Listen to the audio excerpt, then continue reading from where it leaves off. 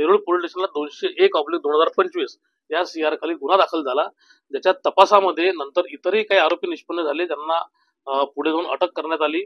त्यामध्ये आंतरराष्ट्रीय स्तरावरनं NDPS चा माल भारतामध्ये मागवला जातो, तो एअरपोर्टला येतो। एअरपोर्टला आल्यानंतर त्याला क्लिअर करणारा एक एजंट आहे, त्या एजंटला सुद्धा या गुन्ह्यामध्ये अटक केली।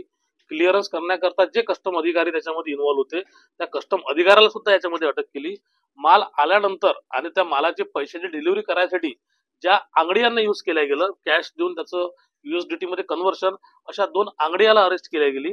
जो कस्टम क्लिअरन्स एजंट होता, त्याच्या संपर्कामध्ये आमच्या इथले काही लोकल पोलीस होते, खारघर पोलीस स्टेशनचा अंमलदार आणि नार्कोटिक्स सेलचा एक अंमलदार, जो त्या कस्टम क्लिअरन्स असणाऱ्या KK सोबत कनेक्ट होते, अशा 2 अंमलदारांना सुद्धा याच्यामध्ये अरेस्ट केली।